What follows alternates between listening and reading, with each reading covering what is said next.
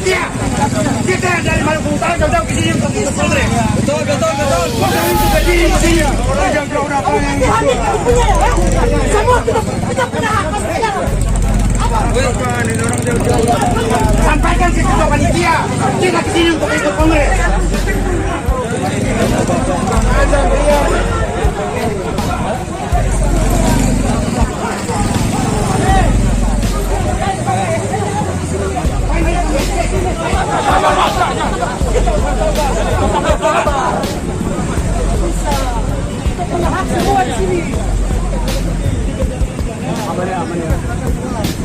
Yang tidak ada di kap silakan terjun bagi maju kopi kita Kongres.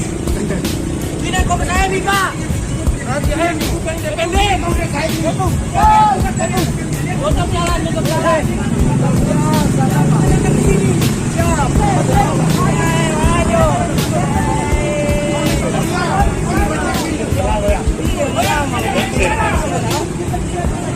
Jago Pak.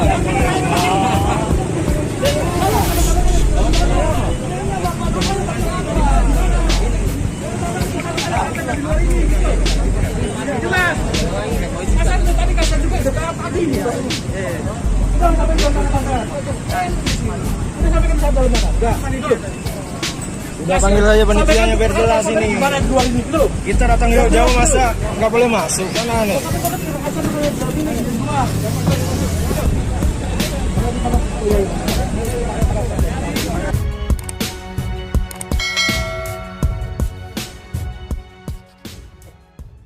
Hasan selaku Ketua Umum periode 2013-2015, waktu dan tempat kami persilahkan. Ya, bismillahirrahmanirrahim. Assalamualaikum warahmatullahi wabarakatuh. Alhamdulillah nahmaduhu wa nasta'inuhu wa nastaghfiruh wa na'udzubillahi min sururi anfusina wa min sayyiati a'malina may yahdihillahu fala mudhillalah wa may yudlil fala hadiyalah. Asyhadu an la ilaha illallah wa asyhadu anna Muhammadan abduhu wa rasuluh. Rabbi israh li sadri wa yassir li amri wahlul 'uqdatam min lisani yafqahu qawli.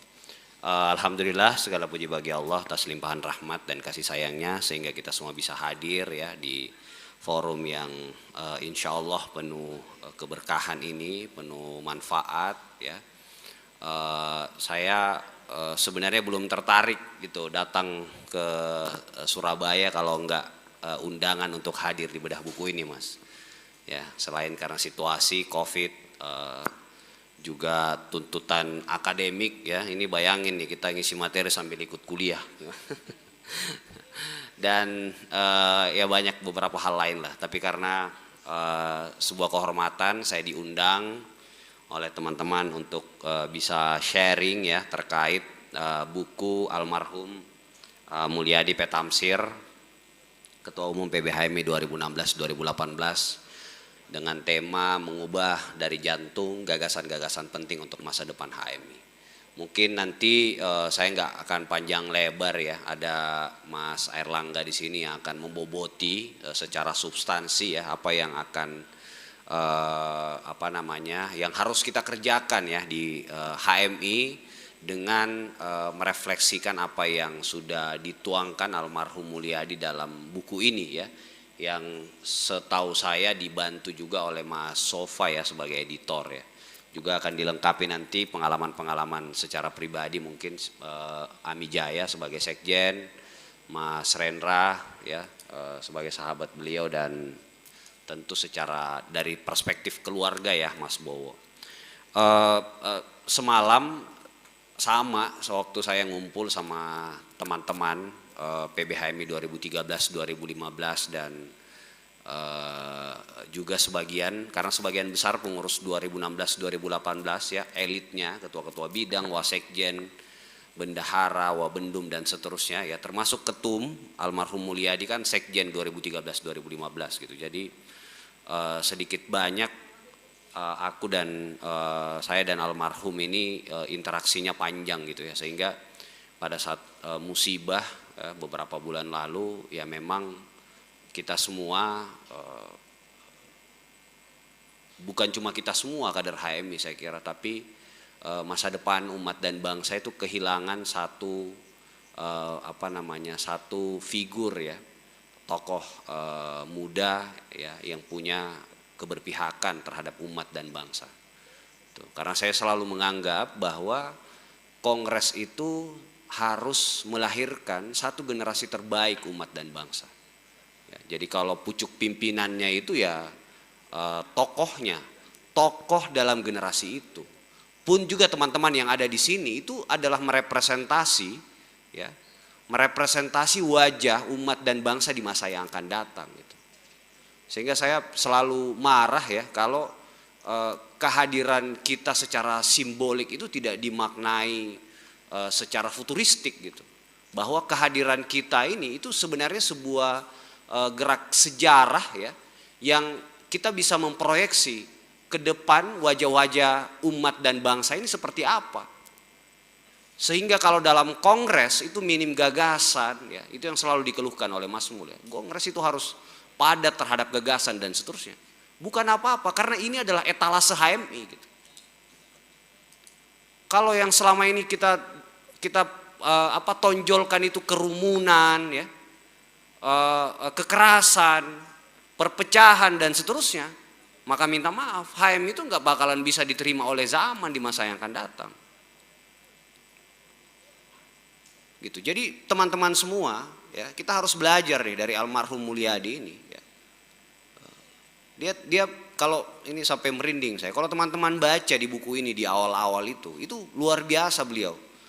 Mungkin Mas Bowo yang bakalan mengeksplorasi itu lebih jauh gitu. Tapi saya melihat bagaimana beliau itu, dia tulis di salah satu bab itu, bagaimana perkenalan beliau terhadap HMI, dan itulah yang mengubah almarhum ini atas seluruh apa yang sudah dia bangun. Gitu. Ya. Dia pernah punya pengalaman gagal sekolah di Jogja, dia pernah pengalaman gagal menjadi TKW ya di Malaysia. Dia pernah punya pengalaman jual onde-onde di pasar, dia pernah punya pengalaman narik becak di Sintang sana. Saya kebetulan dalam satu waktu sempat berkunjung ke rumah almarhum di Sintang. Juga dan banyak yang lain ya. Gitu. Dan ketika dia ketemu HMI, itu cepet banget dia bisa mencapai apa yang dicapai beliau hari ini ya, sebelum beliau meninggal itu cuma usianya sekitar 30 berapa Mas Bowo almarhum 40 tahun gitu. Jadi kita teman-teman ini ya, bahkan saya pun selalu sampai hari ini merasa bahwa tanpa HMI ini kita semua nothing gitu. Ya, sekali lagi tanpa HMI kita semua ini bukan siapa-siapa. Karena HMI lah yang membuat kita sampai di titik ini, dan karena itulah kita harus berkontribusi sebesar-besarnya buat HMI. Jangan kita jadi pecundang di HMI. Kita lihat kezaliman, kita lihat dan lain-lain itu, bahkan mungkin kita yang menjadi aktor gitu perusak dari HMI ini. Ya. Banyak itu teman-teman yang bangga gitu ya. Merusak HMI ini dari dalam. Ya, mempertontonkan kebodohannya dan seterusnya.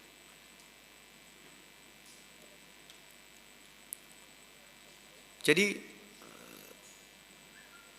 karena kita sampai di titik ini karena HMI, nggak ada yang bisa kita lakukan selain mencintai HMI dan memberi HMI ini setulus-tulusnya, memberi HMI ini yang terbaik gitu.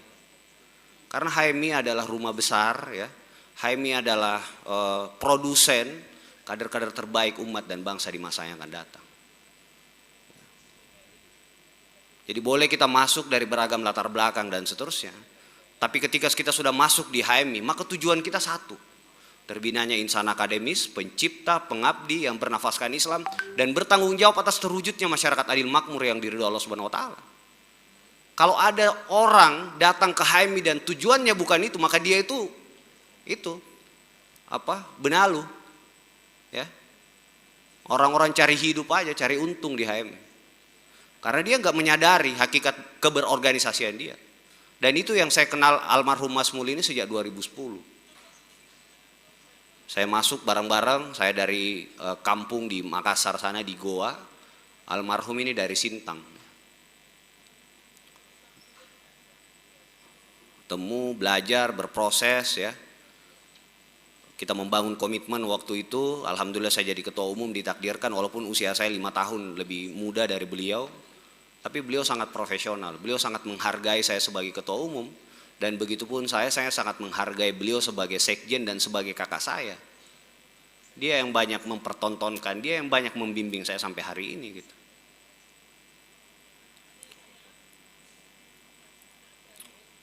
Jadi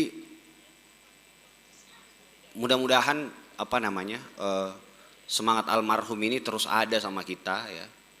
Kita semakin menyadari bahwa itu tadi, kita ini bukan siapa-siapa tanpa HMI. Karena itulah kita harus memberi HMI yang terbaik. Dalam surah Muhammad ayat 7 itu kan jelas ya, siapa yang menolong agama Allah, Allah yang tolong kalian, kita ini. Dan saya kira HMI juga salah satu alat gitu untuk menolong agamanya.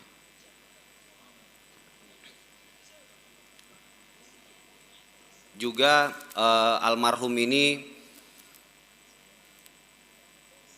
memang sangat concern ya terhadap isu perkaderan gitu ya. Di banyak kesempatan saya juga berinteraksi sama beliau dan beliau sekali lagi sangat concern. Tentu perkaderan itu tidak hanya dimaknai perkaderan secara formal ya, LK1, LK2, LK3. Bahkan proses-proses interaksi seperti ini pun ini dalam rangka perkaderan. Nah sehingga saya nggak tahu, ini yang kadang-kadang coba dipisahkan gitu ya, antara perkaderan formal dengan forum-forum yang seperti ini. Pada saat forum-forum training formal, kita lurus-lurus saja itu. Kita sadari pengetahuan itu masuk ke dalam diri kita dan seterusnya. Tapi dalam interaksi keseharian kita, seolah itu semua hilang gitu. Nah disitulah awal kemunduran kita sebagai sebuah organisasi yang besar. Pada saat kita sudah memisahkan forum-forum training formal itu dengan training-training atau interaksi-interaksi seperti ini. Ya. Saya sering berdebat sama teman-teman misalnya yang bahkan di ujung usia beliau kan kita bareng tuh. Saya almarhum Bang Arif Mustafa, Kang Fajar Sulkarnain ya, dan beberapa senior-senior mantan BPL itu buat sebuah yayasan gitu ya, saking almarhum Mas Mul ini pengen yayasan ini yang akan membiayai atau mendanai semua proses-proses perkaderan yang ada di HMI. Karena kenapa?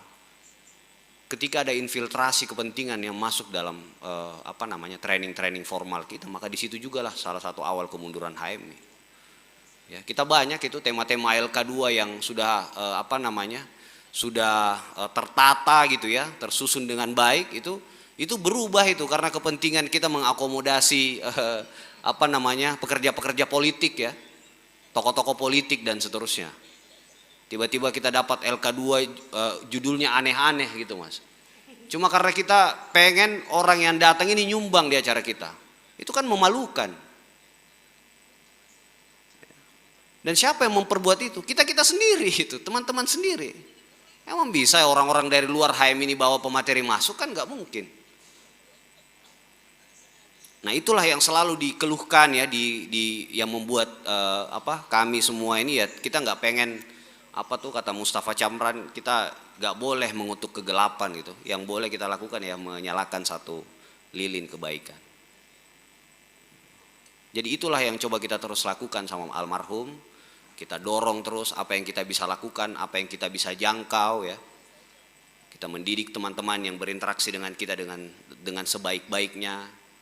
Ya, kita mengingatkan mereka dan seterusnya. Di buku ini banyak curhatan-curhatan beliau yang sangat vulgar ya. Bagaimana budaya transaksional dan seterusnya itu mengemuka dan seperti gak ada malunya ini. Saya di dalam setiap forum-forum ya, LK1, LK2 saya selalu bilang saya lebih senang tuh berinteraksi dengan teman-teman alumni LK1, LK2 ketimbang anak-anak LK3 gitu. Ketimbang teman-teman PBHM ini, saya minta maaf. Ya. Karena ketika kita sampai ketemu sama teman-teman ini, itu seperti kita kehilangan harapan gitu. Nggak ada diskusi harapan, yang ada mohon arahan Bang, mohon gimana kita bisa ini, yang ada mengeluh gitu. Ya saya bilang, saya pernah hadir dalam satu pelantikan BPL lah di salah satu kota gitu ya. Saya jauh-jauh ini datang gitu. Dengar curhatan mereka Mas, dari awal sampai akhir curhat, susah ketemu senior dan seterusnya. Saya bilang bos, saya di HMI sejak saya masuk di HMI, saya sudah dengar yang kayak gini. Bahkan saya pernah melakukan itu. Tapi saya tahu malu gitu, enggak bakalan saya buka itu. Ya, emang kita di HMI ini ya seperti itulah adanya. Kalau nggak mau susah jangan jadi pengurus HMI. Itu aja, sesederhana itu. Ya, kalau kita ketemu senior itu kita bangun harapan, kita bangun mimpi-mimpi walaupun kita susah makan besok gitu. Tapi disitulah keunggulan himpunan mahasiswa Islam. Dia selalu merawat harapan itu, ya. Setiap maperca kan foto-foto poster senior-senior itu bertebaran itu kan. JK lah, Anies lah, segala macam.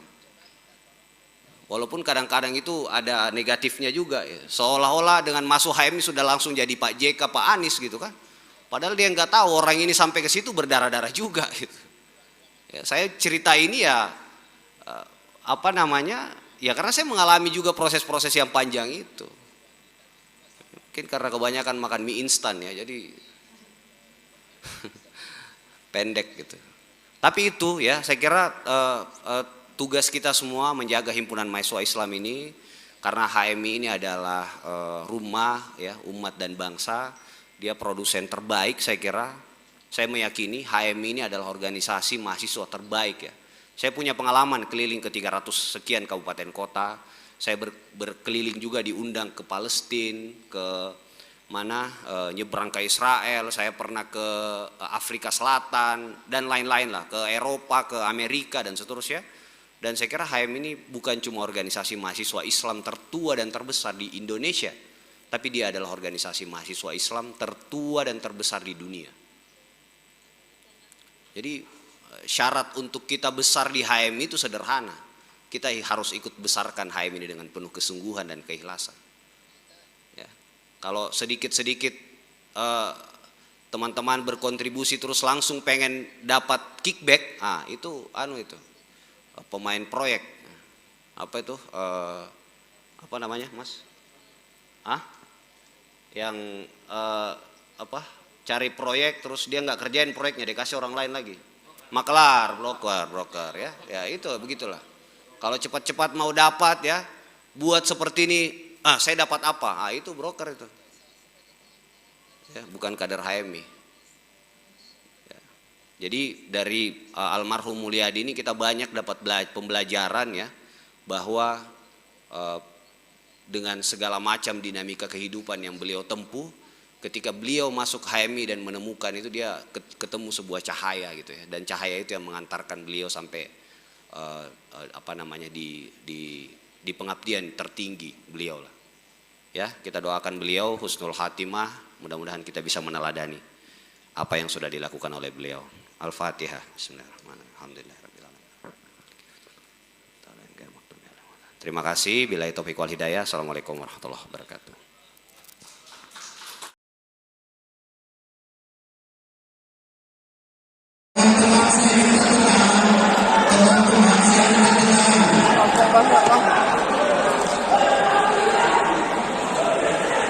Teman-teman, saya minta dulu.